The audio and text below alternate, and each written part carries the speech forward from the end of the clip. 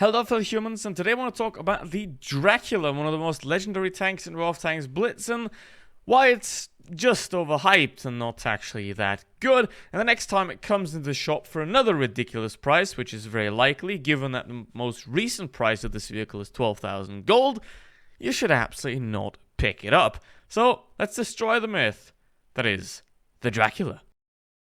The DPM, if you compare it to, let's say, an M41D or a Panther, is relatively low at only 2,100. Penetration is not great either, however, the premium penetration at 237 is definitely solid. Accuracy and aim time are somewhat fine, have very good 10 degrees of gun depression, which is always nice to have. And the main thing that this vehicle supposedly has is its absolutely ridiculous mobility.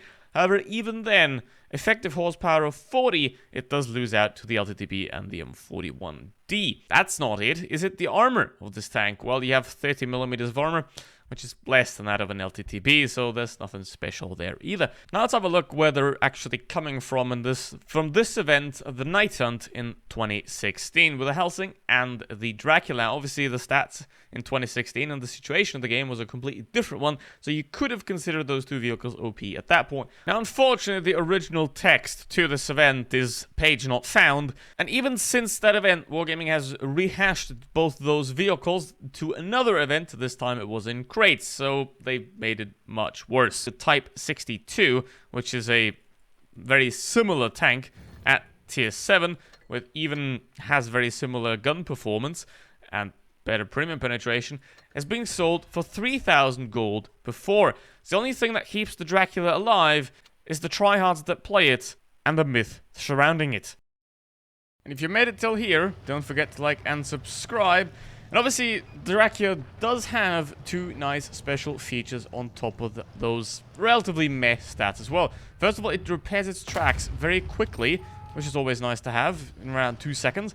And while it does not have any armor, it might not be a great idea to shoot HE at this vehicle, given that it's pretty much spacing all over the place. So, while it has no armor, and it can be penned everywhere, it is not a tank that is very easy to HE, which definitely does add some capability to it.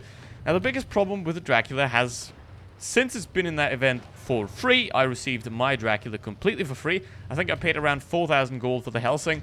So, yeah, now, if you would pay 10, 12,000 gold in an auction now for this vehicle, that would be a bit odd. Now, I get that it has some sort of novelty aura around it with the weird look and the tracks and all those kind of things. It does have some sort of appeal in that regard.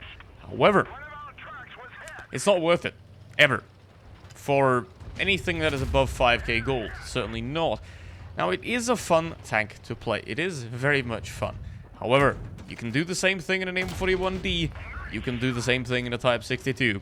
And there is not much that you will be missing by not having this tank. So, why is the Dracula still so hyped? I don't know. Put it in the comments. What makes the Dracula, or what doesn't make the Dracula overhyped for you? Obviously, discussion is always interesting. Now, the Dracula is one of those weird tanks, right? It's definitely not Annihilator or Smasher level. Absolutely not. But it can do well.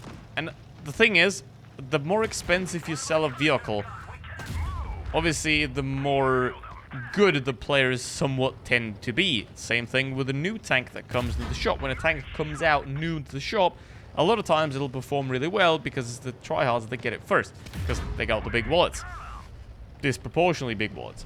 And, you know, Yaktir, you could have just moved your ass against the red line and I couldn't have went around you. And that's obviously another great thing about the Dracula. If the enemy doesn't know what they're doing, it is super easy to circle tank destroyers. So to sum up Dracula, it's a fun tank with a couple of interesting gimmicks that was available for free, but Wargaming capitalized off the hype, and I've only been selling it for extremely high prices since then, which also inflates its performance somewhat. So, overall, if you have the Dracula, have fun. If you don't have the Dracula, just ignore it. It's just another tank that is extremely overpriced, and why would you bother?